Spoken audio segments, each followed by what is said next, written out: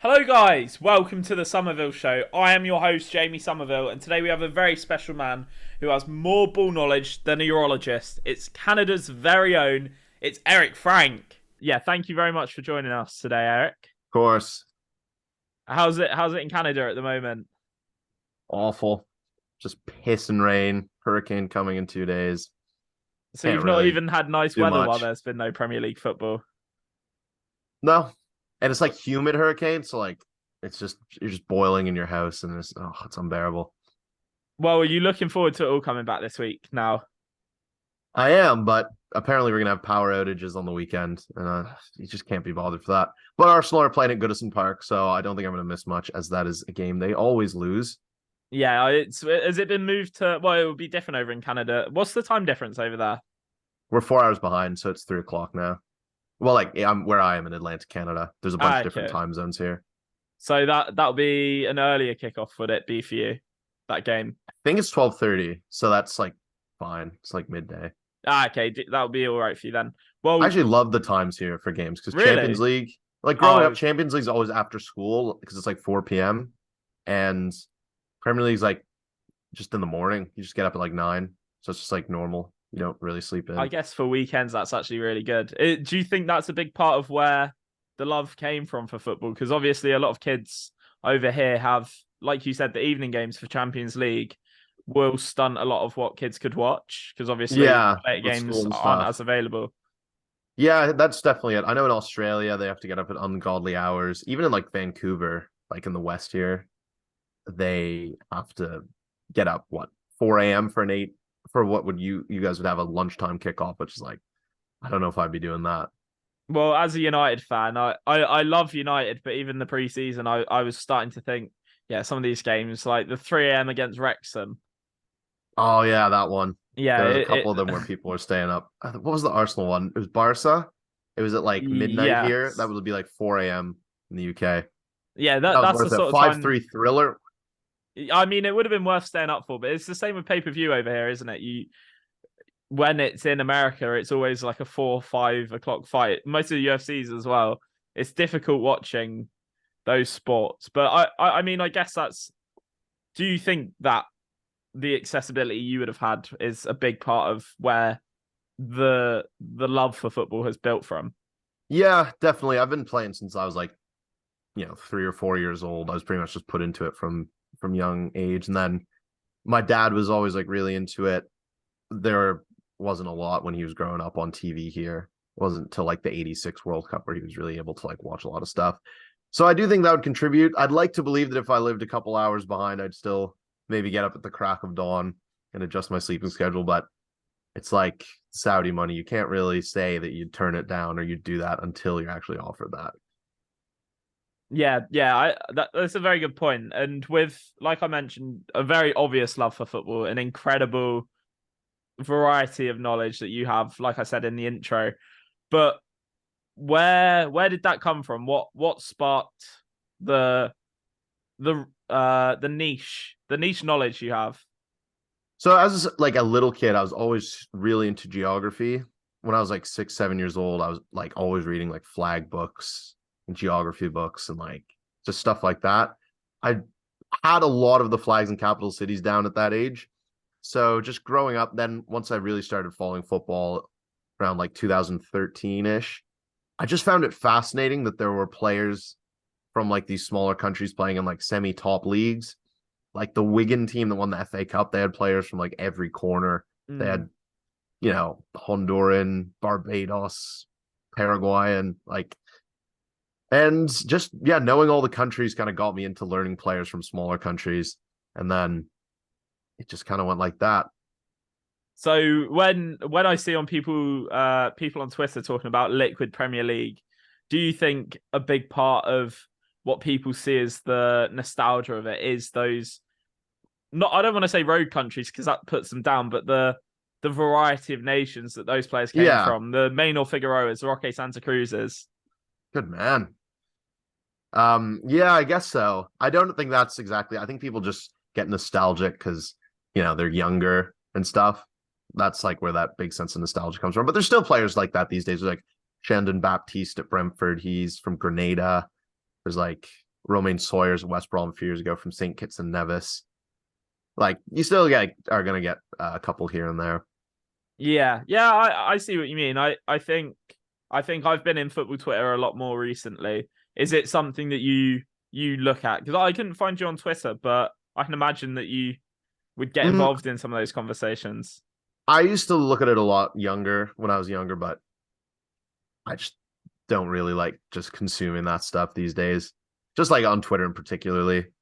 Like it's Yeah, just a fun people, especially with like the financial incentives these days that you get for getting interactions on there. People just tweet stuff they don't even agree with to wind people up and get like 800 replies, which actually correlates to genuine money. yeah. Well, talking about that, obviously you're big on TikTok. I believe 224,000 the last time I checked. Ha- Somewhere in that range. Having dropped out of uni, obviously, a more so the path that people usually push you down for the financial reasons. Was it a part of you just saw the future of what you do, or was there genuine benefit in the now and then of I could do this for a living and be able to keep myself going with that? A little bit of both.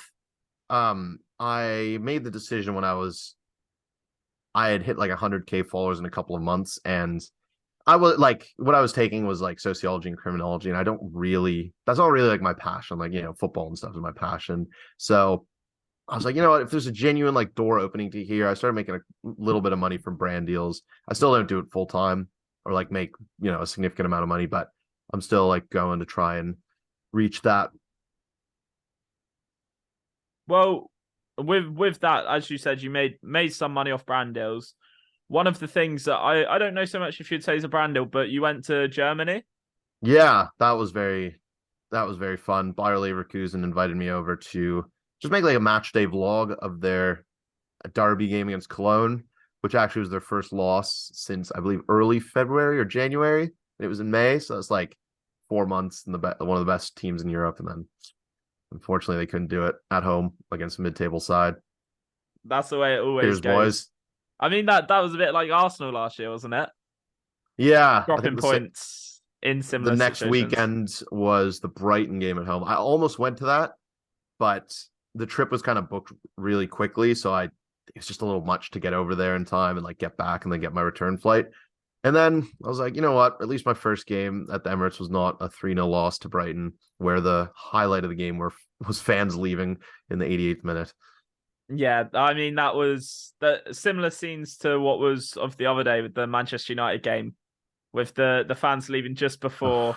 I mean, Oh my almost the goodness. opposite at the same time. What do you think of that as a man with high place, I would say, in what people see as the football world, in my eyes. Oh, you're too What kind. what do you feel about that sort of I mean, thing? I get it, like, because these people have probably been going every week for years, and it's not that deep for them. They probably just want to beat traffic and stuff, and that goal wouldn't mean that. Like they've seen so many goals and like last minute goals that I guess they think the risk and reward factor just evens out. I don't think I would do that. Like I think the reward of a last minute winner potentially would be, you have to take that risk even if you Yeah, get stuck in traffic for an extra 20 minutes or so. Some of them had like young kids walking next to them. Like I'm sure that kid was not like, let's get out of here. true. Yeah, I mean, if if it was dependent on getting back to Canada, obviously Canada's not just going to be an easy get stuck in traffic. Oh, that changes everything. But like you said, do you think that would ever be something for you? Like even at your games with Halifax, like if it really mattered for time, have you never left early? No. Well, I just don't have like huge commitments right after the games. Like I wouldn't go to a game where I have like a big commitment right after, like I have to work my day job or something. I would just, you always stay till the end, and the end we sit in, and it's like all the young people like chanting and like banging the drum and getting the flares going. So you have to really be into it in that end. You can't just like be all like casual and sitting around and being on your phone and like leaving 10 minutes early. You have to like applaud the players off because they all come over and stuff. Yeah, yeah, I see what you mean. I've got a local team. I don't know if you've heard of Taunton Town FC. No. Um, they recently, I don't know how much you know about the Football Manager community. Zealand, I'm not he sure. so he's like probably one of the biggest creators. He took them over, and Wow. I've done some stuff with them, and unfortunately I wasn't able to be there to meet Zealand. But that was also a similar situation that I had to leave just before Zealand arrived, and but I would have said before him that when I found out that he was doing it with Taunton, it was such a big thing, and that's where I wanted to go with it all.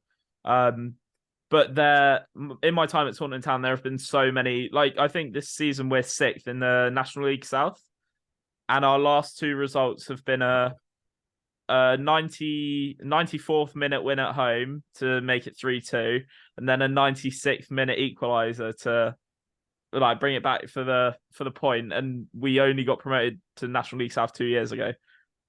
That goes right into to League Two, right? Or does it go into like a No, full National League? that goes into the full National League. Yeah. Oh yeah. Okay. So So that's sixth tier. tier. Yeah. Nice. But if you guys are like mid-table, who knows? You can dream. That's the thing. 2020, I think we were eighth tier, or maybe 2019 we were eighth tier. Then back-to-back promotions got us into sixth tier. So it is Wow. crazy how quick it can go like that.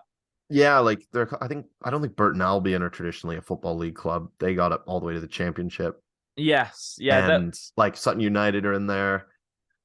They might, I don't know, their ground is like really small. Harrogate Town. You can dream. yeah, absolutely. I mean, talking about dreaming, what is your dream within the industry? Like you said, you went to uni for criminology and sociology, was it? Yeah. But you stopped that for what you're doing now. What is the end goal for Eric Franck? Hopefully just to be like a full-time football content creator, or making content for some company. Just making this my job is what I want to do, because this is something I would literally do. Like, well, I don't know if I'd like make videos anyway, but I probably would. I would at least be like watching football every day and like looking into football every day, since I'd be doing that anyway. Just monetizing your passion, that's got to be everybody's dream. Absolutely. I mean, that in itself is a perfect clip, I think, for what I want to do. This has all started because of university, and alongside it, insight into my life. I just had a job interview a few hours ago, like I said to you, that pushed this interview back a little bit. But how do you said you had a day job? How important is that in being able to allow you to do everything you want? It's all right. It just keeps money coming in, like guaranteed, because with TikTok here, there's no creator fund, so there's no like you can't make money off views. You literally have to do it off brand deals. I'm trying to get into YouTube right now. I'm just editing like one of my first videos for this series. It's like a football trivia series. But yeah, working the day job is just, I only do it like 3 days a week. It's only to bring in consistent money, and I've had the job for like 2 years, so like even before I like dropped out of university. So it's something I keep at it until we're making enough through this. Well, you said that you've got your own channel. Would you like to plug any of that here? Obviously, I'm sure what I can bring to you isn't as much as the amount of followers you got. You Take can what bring we to can yourself. get. Say what we can get. The Big Massive Eric YouTube channel is called Big Massive Eric. It'll be down No below. big surprise there. It will be down below. And we are starting a football trivia series called the Ball Knowledge Gauntlet, where I will take on various YouTubers in ball knowledge challenges. Go check it out. It'll be down below. I want to get involved in it. I can't lie. I really want to get involved. My best mate Harvey, he loves you. Absolutely. When I told you, Oh, when I told him about me getting you, he's like, "Oh, that's incredible." Like he's back home, so I'm at uni at the moment, about 2 hours away. But I told him just before, he's like, "Yeah, you should try and research as much as you could." And I couldn't, because I've spoken to Gio Toralba before, True Geordie's old editor. oh yeah. And through that, he said that I'm a great researcher, but I genuinely couldn't find anything away from your socials, which there was a tag Oh yeah. photo from like 6 I'm years not ago. like Oh, I think I know It's the got a photo. yeah. I think I know the photo. I'll add the face at the end screen for you. Is that like graduation or something? No, it's I don't know if I can find it. It's a very young photo of you. I mean, it Ah, would have been. Wait, let's see if I can get it.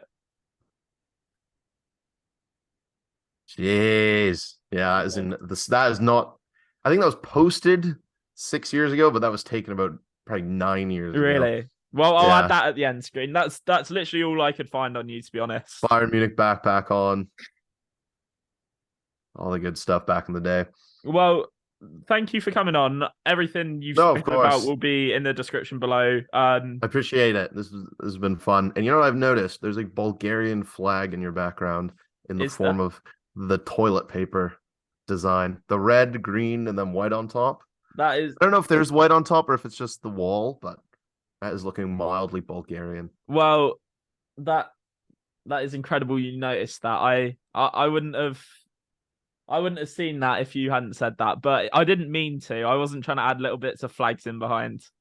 Hristo Stoichkov slid you a fiver, said, let's get some promo in here. Stilian Petrov. Is that Bulgarian? Oh, yeah. There you go. I've got one.